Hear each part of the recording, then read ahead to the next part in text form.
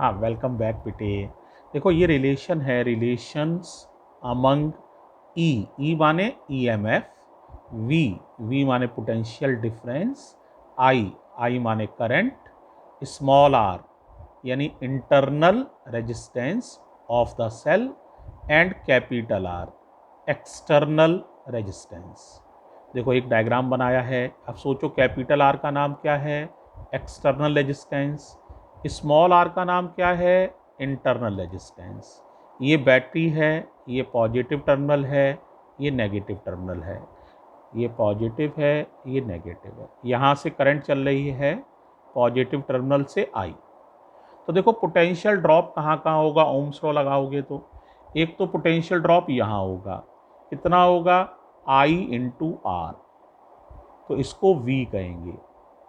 अब इसको potential difference कहेंगे, क्योंकि एक्सटर्नल रेजिस्टेंस पर जो पीडी होता है उसे वी से डिनोट करते हैं। अब इंटरनल रेजिस्टेंस पर भी ओम्स लॉ लगाओगे तो इसका भी कुछ पीडी होगा, कितना होगा? आई इंटू स्मॉल आर। अब बहुत ध्यान देना, अगर इस वाले आई इंटू कैपिटल आर में ये आई इंटू स्मॉल आर भी ऐड कर दिया जाए, दोनों पीडी को जोड़ दिया जाए, वी और वी डैश को, आई इंटू कैपिटल आर और आई इंटू स्मॉल आर को ऐड कर दो बेटा, तो उसे हम ई कहेंगे। ई माने ईएमएफ। बहुत सरल शब्दों में समझो, एक्सटर्नल रेजिस्टेंस का जो पीडी होता है उसे वी कहते हैं। एक्सटर्नल रेजिस्टेंस का पीडी प्लस इंटरनल रेजिस्टेंस का पीडी मिलाकर ई कहलाता है। तो जैसे मैं वी लिखना चाहूँ तो बताओ वी क्या लिखूंगा? वी बराबर आई आर, इक्वेशन 1। लेकिन मैं ई लिखना चाहूँ तो क्या लिखूंगा? I capital R plus I small r. क्या अंतर समझ में आया? सभी लोग को अंतर समझ में आ गया? ओनली एक्सटर्नल रेजिस्टेंस का पीडी वी है, एक्सटर्नल रेजिस्टेंस का पीडी प्लस इंटरनल रेजिस्टेंस का पीडी जोड़ दो, मिला लो तो ई है। ये अंतर है बेटा। तो दो इक्वेशन हो गई। अब देखो इन इक्वेशन को और भी कई तरीके से लिख सकते हो, उन पर देखते हैं।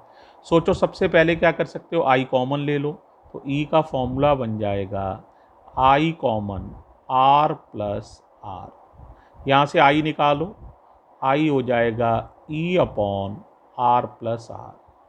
तो करंट का एक फॉर्मूला बन गया। ई का नाम क्या है? Total EMF.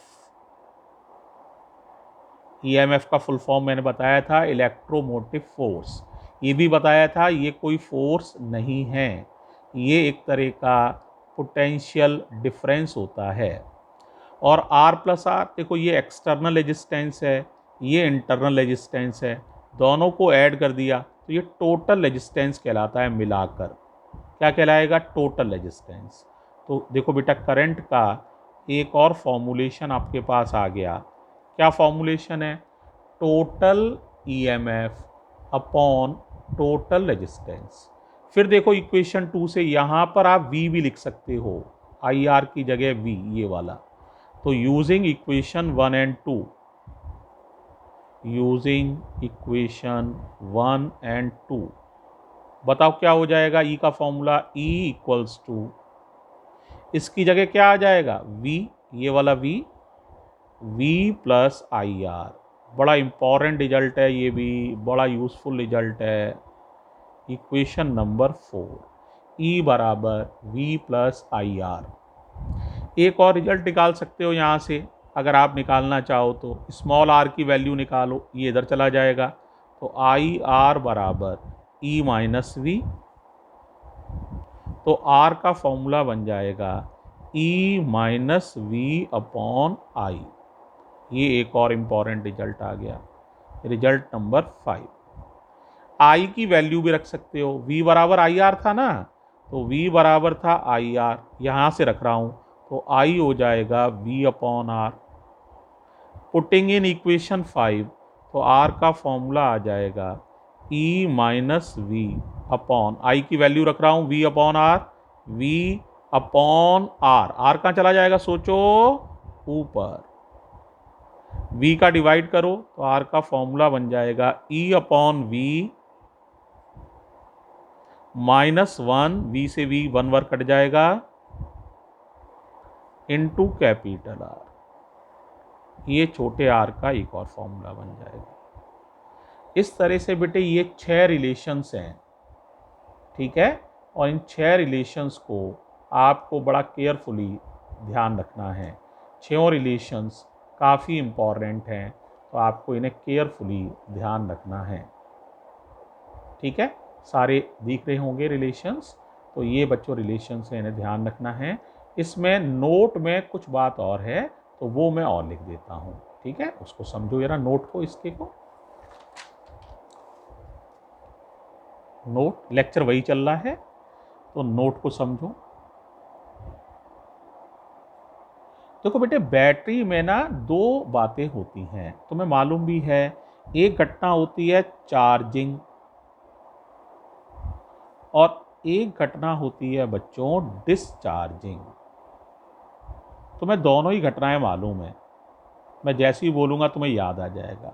जैसे इन्वर्टर की बैटरी होती है, तो तुम्हें याद है जब लाइट चली जाती है तो इन्वर्टर से सप्लाई शुरू हो जाती है घर में। लाइट चली गई तो लाइट कैसे मिलेगी? इन्वर्टर से।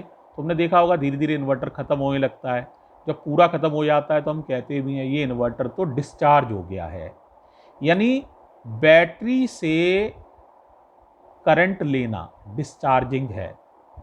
बैटरी से करंट लेना, बैटरी से करंट लेना,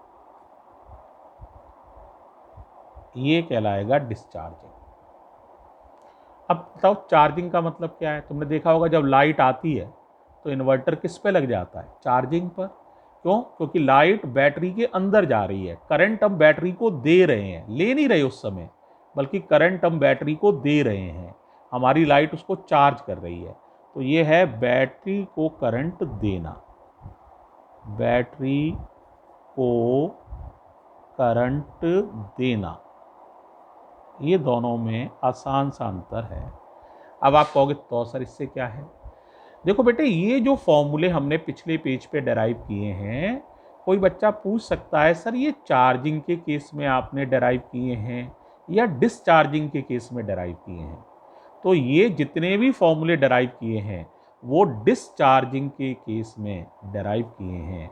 यानी ये जो फॉर्मूला लिखा था E=V+IR,